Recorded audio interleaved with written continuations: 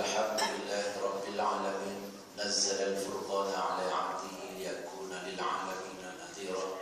Asyhadu an la ilaha illallah wahdahu la syarika lah wa asyhadu anna Muhammadan 'abduhu wa rasuluhu la nabiyya ba'dah. Mari kita panjatkan puji dan syukur kehadirat Allah Subhanahu wa taala dalam Ramadan yang keempat ini.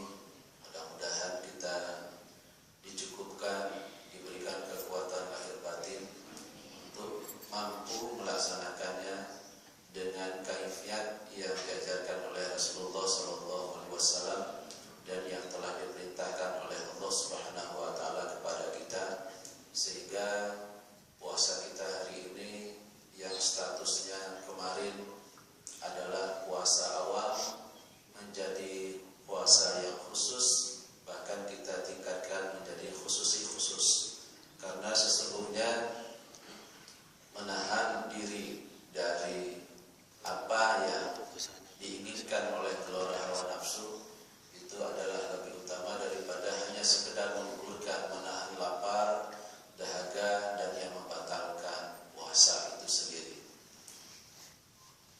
Hadirin sidang subuh yang dirahmati Allah Subhanahu wa taala. Saya tak biasa duduk sebenarnya, karena duduk itu mengganggu organ bawah dada ini, sehingga kalau memang diperkenankan saya lebih bagus di atas mimbar.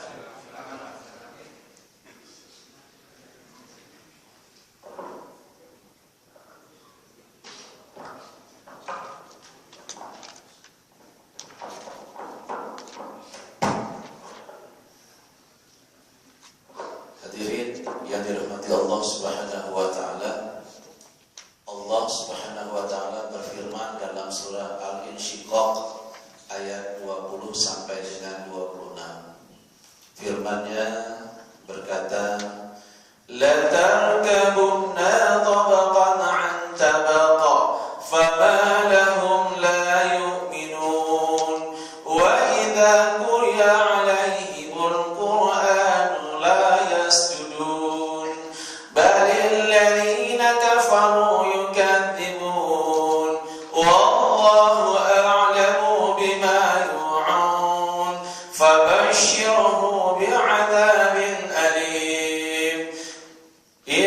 الذين آمنوا وعملوا الصالحات فلهم أجر غير ممنون." Manakala Allah Subhanahu wa taala berkata, "La tarkabunna tabaqan 'an tabaqa." Dan sungguh kami telah menciptakan manusia dalam proses setahap demi setahap, setingkat demi setingkat. Fama lahum la yu'minun, maka mengapa mereka juga tidak beriman? Wa idza quriya 'alaihimul Qur'anu la yasjudun, dan bila mana mereka mendengarkan bacaan Al-Qur'an, maka mereka tidak bersujud. Balil ladzina kafaru yukadzibun, dan sungguh orang-orang yang kafir itu telah mendustakannya. Wallahu a'lamu bima yu'un, padahal Allah sesungguhnya telah mengetahui apa yang ada di dalam hati yang paling dalam mereka. Fabashshirhu bi'adzabin alim, maka berikanlah berita gembira dengan azab yang pedih. Illal ladzina amanu wa 'amilus solihati falahum ajrun ghairu mamnun, kecuali orang-orang yang beriman dan beramal soleh, bagi mereka pahala yang mengalir setiap saat. Hadirin hadirat yang dirahmati Allah Subhanahu wa taala, kalau kita menelisik firman Allah ini, ada semacam warning dari Allah Subhanahu wa taala kepada kita. Sungguh manusia itu secara teologis, sosiologis, bahkan kalau kita melihat secara ilmu pengetahuan, mengalami satu proses yang sangat panjang. Proses itulah yang diperkuat oleh Allah Subhanahu wa taala dalam surah Al-Mu'minun, di mana Allah Subhanahu wa taala wa laqad khalaqnal insana min sulalatin min tin thumma ja'alnahu nutfatan fi qararin makin thumma khalaqnal nutfata 'alaqatan fa khalaqnal mudghatan fa khalaqnal mudghatan 'idhaman fa kasawna al-'idhama lahman thumma ansha'nahu khalqan akhar fatabarakallahu ahsanul khaliqin thumma innakum ba'da dhalika lamayitun.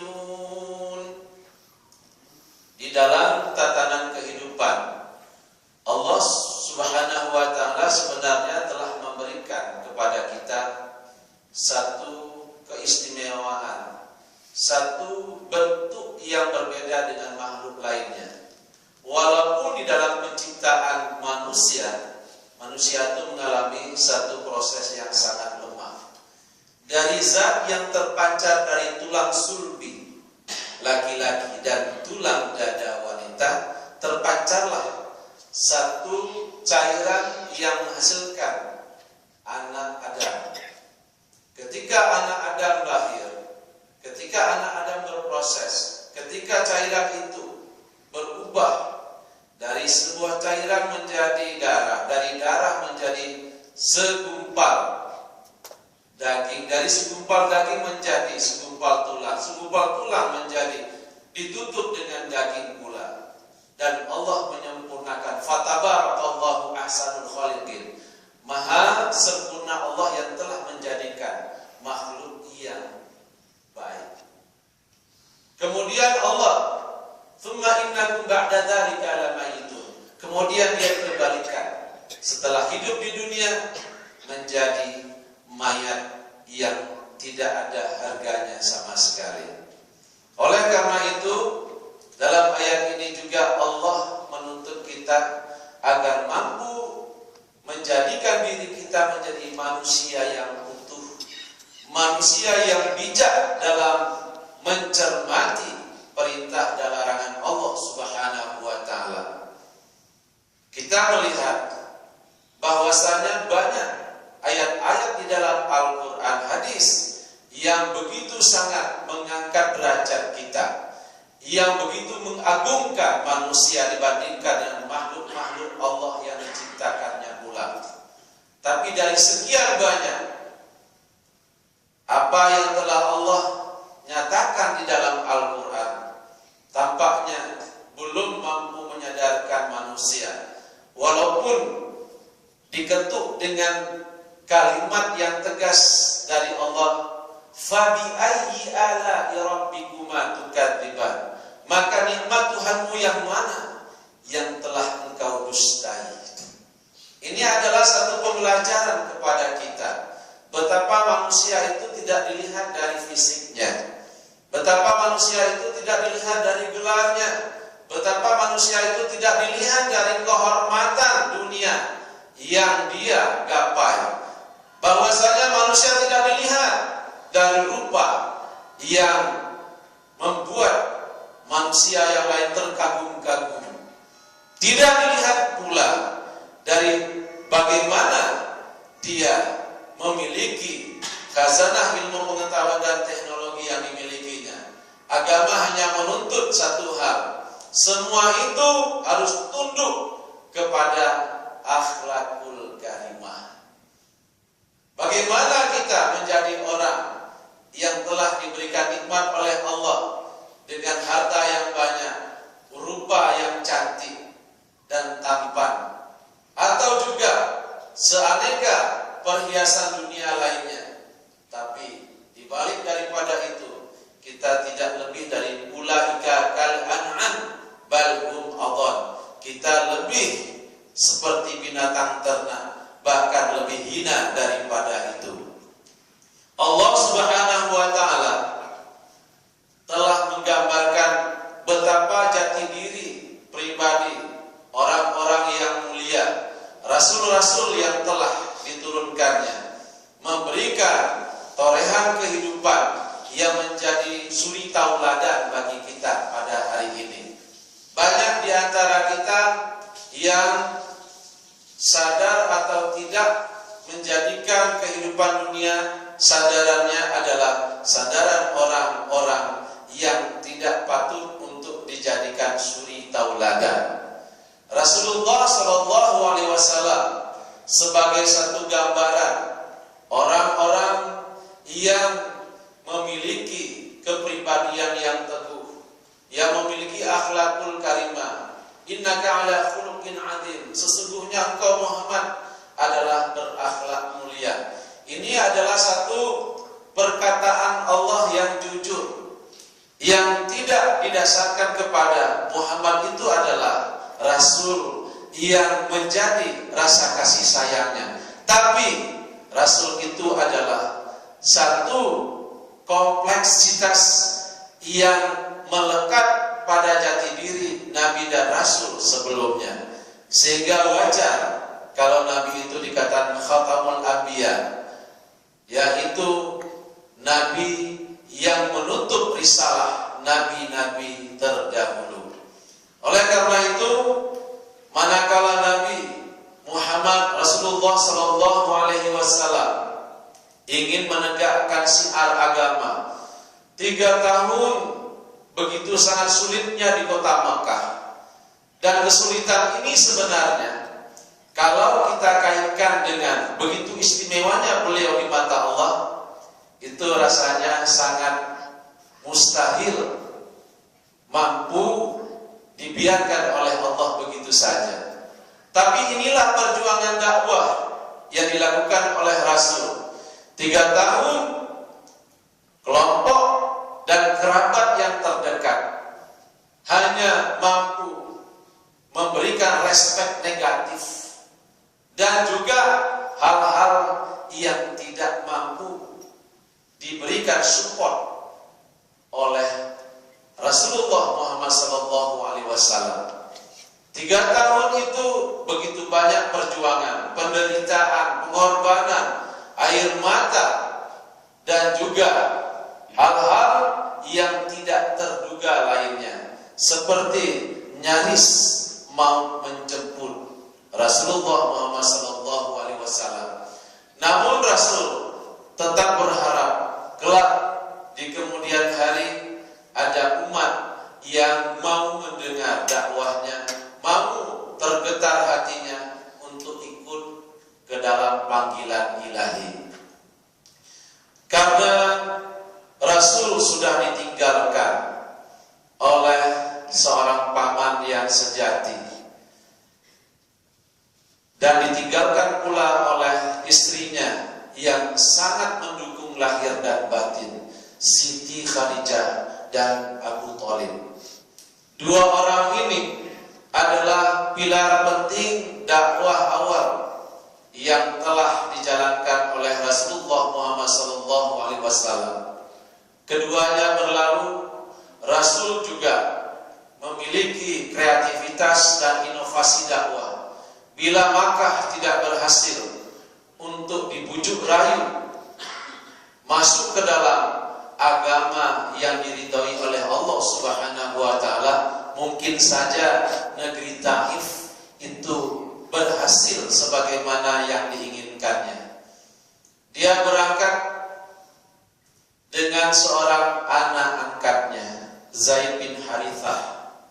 Zaid bin Harithah mengawal Rasul dengan kemampuan yang dimilikinya. Target pertama yang dilakukan oleh Rasul adalah ke rumah kerabat dan keluarga besar kabilah Thaqif. Namun upaya yang dilakukan tidak begitu mulus. Sebelum ketemu dengan Thaqif, dia harus bertemu dengan 3 anak Thaqif yang memang menerima Nabi tidak dengan tangan terbuka. Dia menemui Mas'ud, dia menemui Abdul Jahal. Keduanya menolak kehadiran Rasul. Dan di tengah-tengah kegalauan Rasul, dia kemudian beranjak ke tempat lain, memanggil, menyuruh, mengharapkan ada sekelompok manusia yang mau mendengar dakwahnya. Kelompok pertama, sebelum Nabi berbicara, mereka berkata, apakah ini utusan Allah yang sering disebut-sebut tersebut? Kelompok kedua berkata, apa tidak ada manusia yang lain selainmu menjadi seorang rasul? Dan kelompok yang ketiga berkata bahwasanya bila mana engkau adalah seorang rasul, kami juga tidak peduli, dan bila mana apa yang engkau sampaikan itu bohong, maka enyahlah dari sini. Luar biasa perjuangan Rasul, tiada henti, tiada berakhir, dan juga Rasul tidak menyerah begitu saja. Sampai-sampai anaknya Thaqif mengundang kelompok kriminal, begal, untuk mengusir Muhammad Rasulullah SAW dan Zaid bin Harithah keluar dari negeri Taif. Rasul tidak gentar dan juga tidak takut, karena satu-satunya yang ditakuti oleh Rasul adalah Allah Subhanahu wa Ta'ala.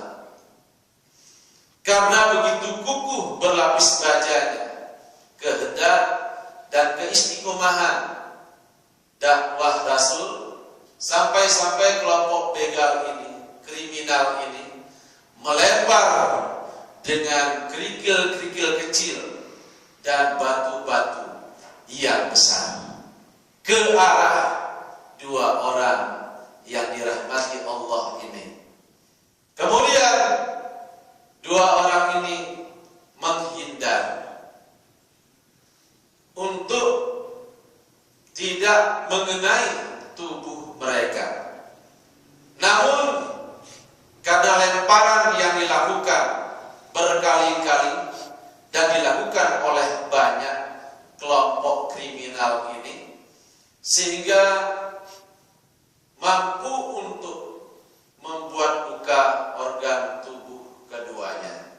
Pelipis Nabi terluka dan bercurur-curan darah, sampai juga urat nadi kakinya berdarah dan tiada henti. Akhirnya mereka melarikan diri 5 kilo dari wilayah tersebut dan masuk ke kebunnya Rabi'ah, seorang pemuka Quraisy yang benar-benar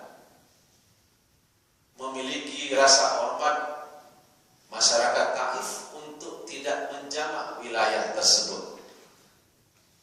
Akhirnya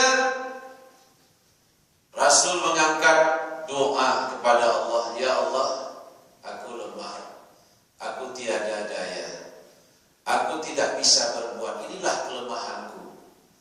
Bila mana engkau ingin aku menjadi tawanan mereka, maka dakwah ini akan terhenti.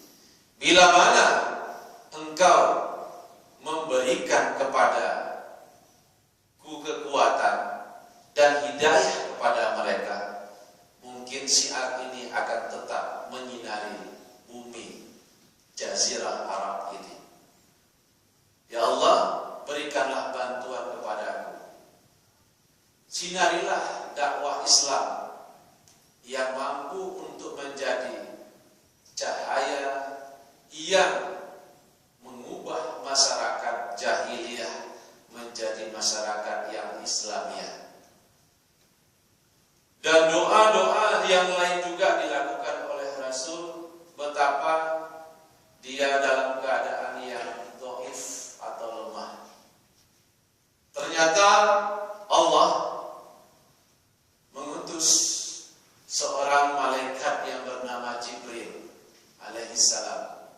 Jibril kemudian berkata kepada Nabi, "Wahai Nabi, apa yang aku bisa lakukan kepadamu? Apakah engkau akan memerintahkan kepada penduduk Taif ini kematian massal dengan membenturkan dua gunung yang mudah bagiku ini? Atau ada perintahmu yang lain? Aku siap melakukannya." Kemudian Rasul berkata, "Wahai Jibril, hatur nuhun, terima kasih.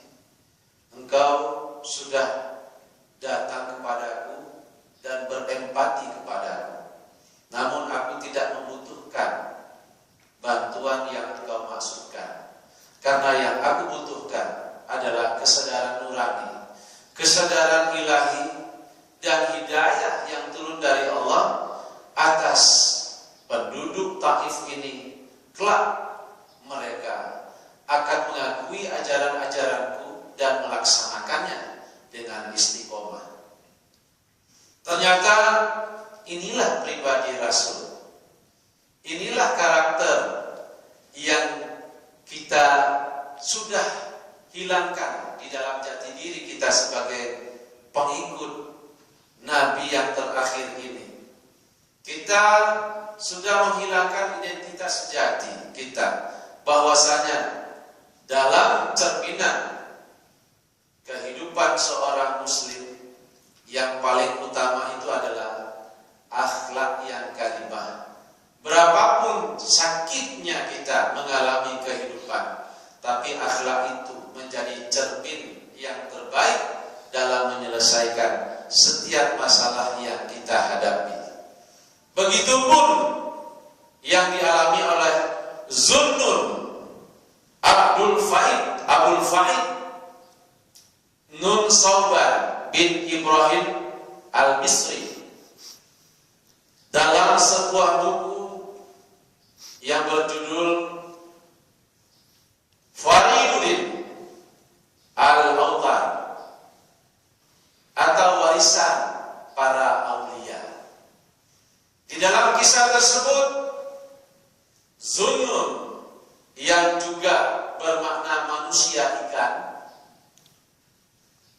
pergi ke suatu tempat untuk mencari hidayah Allah Subhanahu wa ta'ala di sebuah lembah, di mana dia mendapati sebuah villa yang sangat indah. Ketika dia bersuci, dia menoleh ke atas. Alangkah indahnya villa ini. Tanpa disadarinya, ada seorang dara yang melihat apa yang dilakukannya. Kemudian dia mendekati dara tersebut dan berkata, "Wahai, kamu siapa?"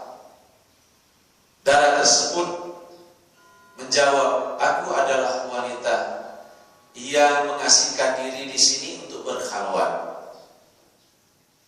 Aku lihat engkau dari kejauhan mirip seperti orang gila.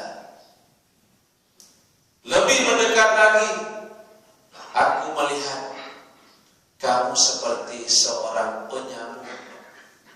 Lebih dekat lagi, aku melihat engkau seperti seorang yang mistiskus." Setelah dia berkata, maka Zunnun bertanya kepada si dara tersebut, "Sesungguhnya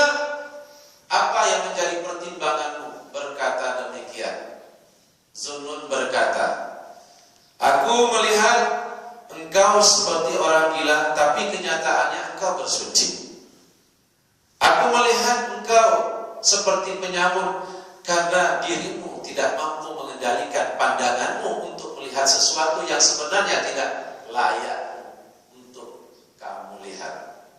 Aku melihatmu seperti seorang mistiskus karena aku lihat ada sesuatu yang tersembunyi di balik kolbumu yang di luar daripada apa yang engkau yakini terhadap Allah Subhanahu wa ta'ala. Zunnun istighfar, taubat, dan kemudian berlalu rasa sesal dan juga tangisan menghinggapinya sampai dia menemukan pantai. Di pantai tersebut dia melihat banyak orang yang menaiki kapal, dan kapal itu juga dinaiki oleh Zunnun. Ketika kapal berlalu di tengah-tengah laut, maka tersiarlah kabar dari nahkoda bahwasanya dia kehilangan permata. Selidik punya selidik, tidak ada satupun yang mau untuk mengaku, untuk mempertanggungjawabkan apa yang diinginkan oleh nahkoda tersebut. Ternyata tuduhan berakhir di Zunnun. Zunnun kemudian mengangkat tangan kepada Allah karena bertubi-tubi tuduhan itu dilakukan dan caci maki yang dilakukannya, sehingga rasa amarah yang dialaminya ditahan sampai dia berkata, "Ya Allah, Engkau tahu apa yang sesungguhnya terjadi." Kemudian Allah dengan takdirnya, dengan kekuasaannya, dan dengan kehendaknya pula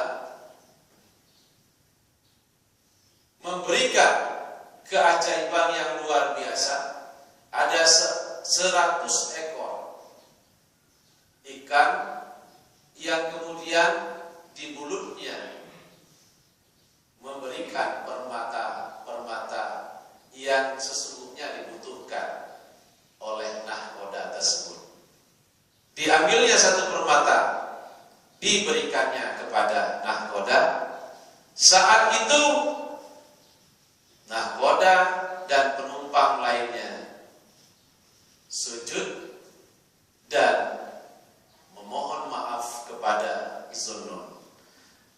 Lepas dari cerita ini adalah cerita legenda dan cerita-cerita yang mungkin saja pernah ada dan dulu juga pernah dialami oleh Nabiullah Yunus alaihissalam.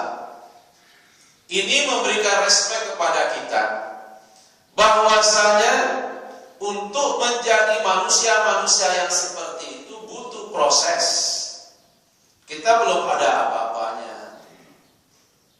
Kita belum ada satupun yang mampu mengimbangi orang-orang yang mulia tersebut. Maka ketika puasa yang kita lakukan sebulan penuh ini sesungguhnya memberikan kepada kita kekuatan untuk kembali taqarrub ilallah, mendekatkan diri kepada Allah Subhanahu wa ta'ala. Sulit bagi kita untuk melaksanakannya kecuali di bulan Ramadan. Salah satu contohnya adalah kebiasaan makan bersama. Bulan apa yang bisa kita lakukan untuk berkomunikasi atau saling wa ta'awanu 'alal birri wa taqwa wa la ta'awanu 'alal itsmi wal 'udwan, atau juga kita saling ingat mengingatkan dalam hal kebenaran dan saling ingat mengingatkan dalam menetapi kesabaran, kecuali di bulan ini. Sahur bersama, berbuka bersama. Alangkah indahnya bulan ini. Tidak ada bulan yang terindah kecuali bulan ini.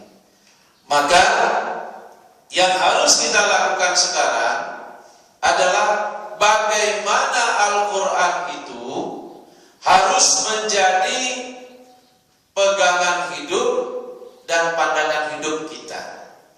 Dari sekian banyak aneka problematika hidup yang kita alami saat sekarang ini, salah satunya kita sudah meninggalkan Al-Quran. Al-Quran itu hanya jadi bacaan tadarus di bulan Ramadan, tidak menjadi bacaan rutin di luar bulan Ramadan. Al-Quran itu hanya satu kitab yang kadang-kadang oleh anak-anak kita atau remaja dijadikan referensi untuk mencari jawaban kuis, atau juga dalam rangka pekerjaan dan latihan manakala salat. Setelah salat beda lagi. Artinya Al-Quran hanya menjadi bacaan-bacaan eksklusif di kala bulan Ramadan. Di luar bulan Ramadan kita sudah meninggalkannya. Bagaimana Al-Quran itu mampu untuk menggiring kita menjadi orang-orang yang soleh?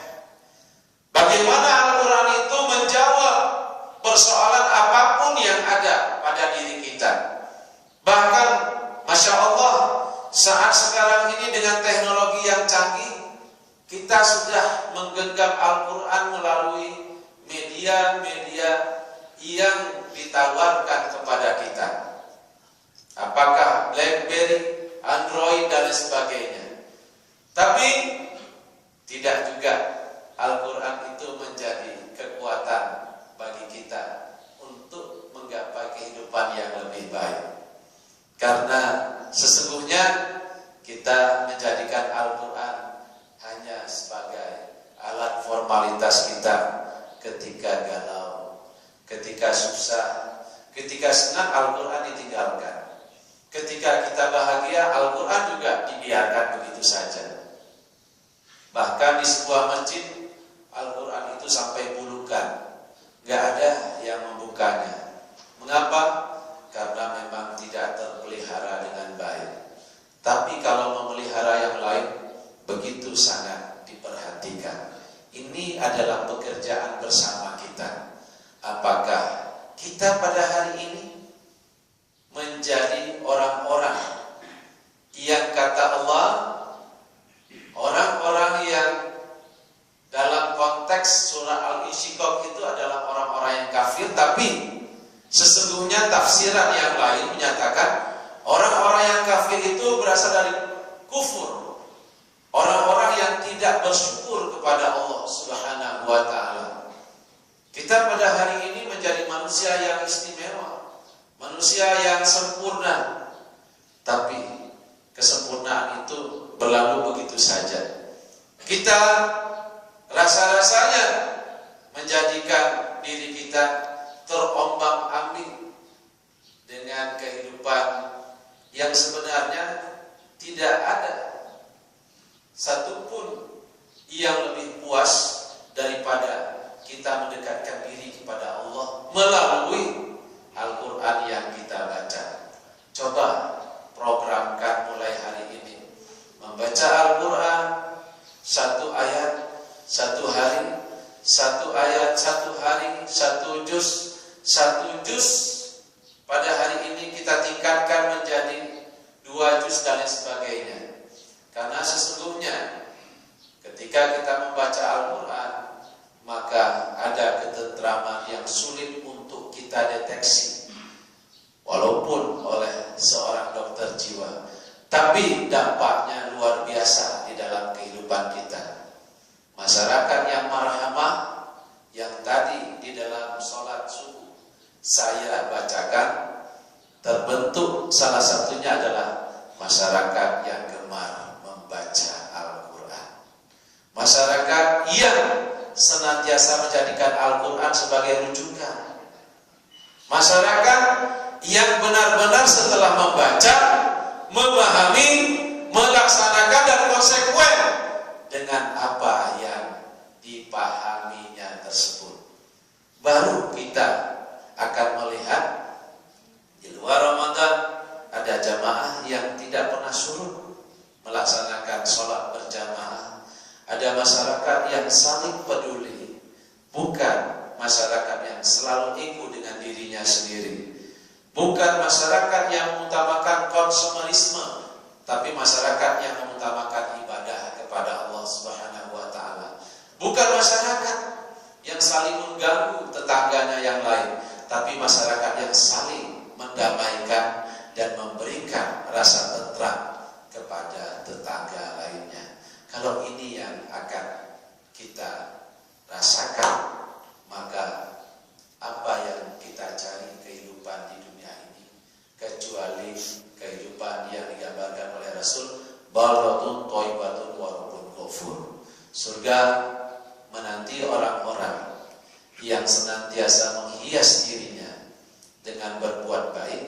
Berbuat baik salah satunya adalah dengan memahami Al-Quran dan melaksanakannya, dan itu menjadi solusi bagi bangsa yang besar ini. Karena tidak ada persoalan di dunia ini yang tidak terselesaikan bila mana kita memahami Al-Quran dan menjadikan Al-Quran sebagai solusi yang terbaik di dalam kehidupan kita. Kalau itu yang tidak kita lakukan, percuma kita menjadi umat Muhammad Rasulullah SAW. Hanya ini yang bisa saya sampaikan. Mudah-mudahan apa yang saya sampaikan juga melekat pada diri kita, diri saya